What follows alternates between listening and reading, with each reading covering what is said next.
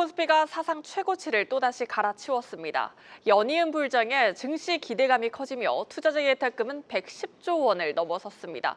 이렇다 보니 반대로 은행권에서 자금이 대거 빠져나가고 있는 상황인데요. 시중은행들은 전면에 생활통장을 내세워 머니무브 방어에 힘쓰고 있습니다. 경제부 김보미 기자와 자세한 이야기 나눠보도록 하겠습니다.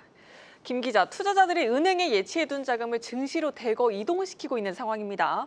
은행권의 요구불 예금이 한 달 새 30조 원 넘게 급감했다고요? 네, 맞습니다. 5대 시중은행 기준으로 지난달 말 요구불 예금 잔액은 643조 2,600여억 원으로 한 달 새 30조 7천억 원가량 줄었습니다.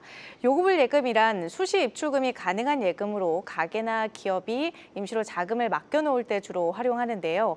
금리가 연 0.1에서 0.2% 수준으로 매우 낮은 것이 특징입니다. 물론 1월은 계절적으로 기업의 상여금 지급이나 또 세금 납부 등으로 인해서 요구불 예금이 감소하는 것이 일반적이기는 합니다. 자료화면을 같이 보시면 매년 정도 차이만 있을 뿐 요구불 예금 잔액이 전달보다 줄어든 것을 확인할 수 있는데요. 하지만 올해는 감소폭이 유독 크다라고 은행권에서는 보고 있습니다. 급여나 상여금을 잠시 예치하던 자금이 빠르게 증시나 다른 투자처로 이동하면서 계좌에 머무는 시간이 짧아졌다라는 겁니다. 네, 이렇게 대규모로 한 번에 빠르게 빠져나가도 되는 겁니까? 수익성에 부담이 되는 건 아닌가요?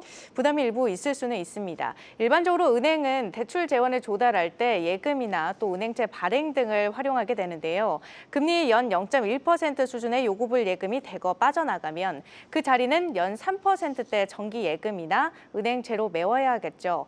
결국 조달 비용 상승이 불가피해지기 때문에 장기적으로 본다면 수익성에도 영향을 미칠 수 있습니다.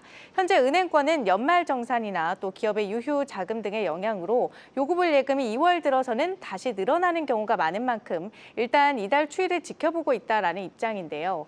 그러면서도 동시에 임베디드 금융 전략을 전면 배치하는 등 머니무브 방어에 힘쓰는 모습들이 포착이 되고 있습니다.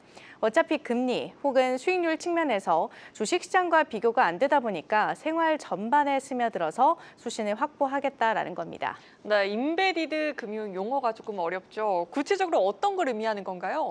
임베디드라고 하면 우리말로 어디 안에 내장된 또 어디 안에 들어있는 이라는 뜻인데요. 임베디드 금융은 소비자가 일상적으로 사용하는 플랫폼, 예를 들어서 올리브영이나 당근 등과 같은 이러한 플랫폼에다가 금융상품이나 서비스를 집어넣는 것을 말합니다. 쇼핑 혹은 결제 플랫폼에서 계좌 개설이나 결제, 예치 기능을 넣어서 수신을 확보하는 전략이 대표적인데요. 예시 하나를 직접 보시겠습니다. 하나은행의 당근머니 하나 통장인데요. 당근 앱을 통해서 하나은행 통장을 개설할 수 있고요. 또 당근 앱을 사용하면서 쌓이게 되는 당근머니를 하나은행 통장에 넣으면 300만 원까지 최고 연 3% 이자를 받을 수도 있습니다. 당근 앱에서 중고 거래를 하다 보면 당근페이로 돈을 보내고 또 받는 일이 많은데요. 하나은행은 이 돈을 파킹 통장을 통해서 흡수함으로써 수신을 확보할 수 있는 겁니다. 당근 앱 이용자들 역시 기존 중고거래 편의성은 그대로 가져가면서 상대적으로 높은 파킹 통장 금리까지 적용받을 수 있다는 점에서 이득이고요. 네, 쉽게 생각하면 생활 속에 파고들어서 자연스럽게 예치시키는 전략이라고 생각하시면 쉽습니다. 그냥 들어선 조금 소소해 보이는데 이게 고객들에게 인기를 끌 만큼 그만큼 경쟁력이 있는 전략인 겁니까? 네, 은행권에서는 그렇게 보고 있습니다. 시중은행들은 지난해부터 테스트 차원에서 임베디드 금융에 하나둘 뛰어들고 있는데요. 올 들어서는 조금 더 본격화되는 분위기입니다.